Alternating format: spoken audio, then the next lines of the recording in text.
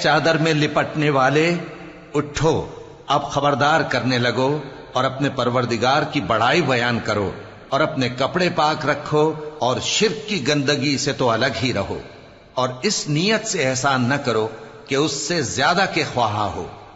اور اپنے پروردگار کی خاطر صبر کرتے رہو، پھر جب سور پھونکا جائے گا تو وہ دن مشکل کا دن ہوگا، یعنی کافروں پر آسان نہ ہوگا۔ مجھے اس شخص سے سمجھ لینے دو جس کو میں نے اکیلا پیدا کیا، اور میں نے اس کو بہت سا مال دیا اور ہر وقت حاضر رہنے والے بیٹے دیے، اور اس کو ہر طرح کے سامان میں وسعت دی، پھر بھی لالچ رکھتا ہے کہ میں اسے اور زیادہ دوں۔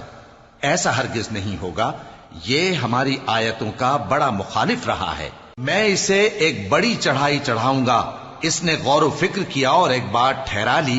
یہ مارا جائے، اس نے کیسی تجویز کی، پھر یہ مارا جائے، اس نے یہ کیسی تجویز کی، پھر اس نے نگاہ کی، پھر تیوری چڑھائی اور منہ بگاڑا،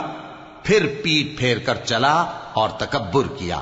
پھر کہنے لگا یہ تو جادو ہے جو پہلے لوگوں سے برابر ہوتا آیا ہے،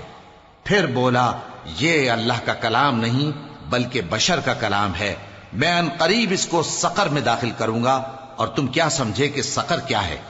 وہ ایسی آگ ہے کہ نہ باقی رکھے گی اور نہ چھوڑے گی، اور بدن کو جھلس کر سیاہ کر دے گی،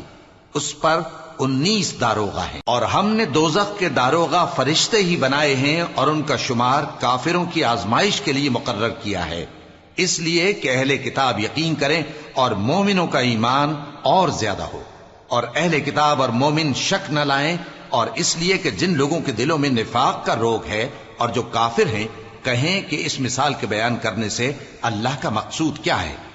اسی طرح اللہ جس کو چاہتا ہے گمراہ رہنے دیتا ہے اور جس کو چاہتا ہے ہدایت دیتا ہے، اور تمہارے پروردگار کے لشکروں کو اس کے سوا کوئی نہیں جانتا، اور یہ قرآن تو بنی آدم کے لیے نصیحت ہے۔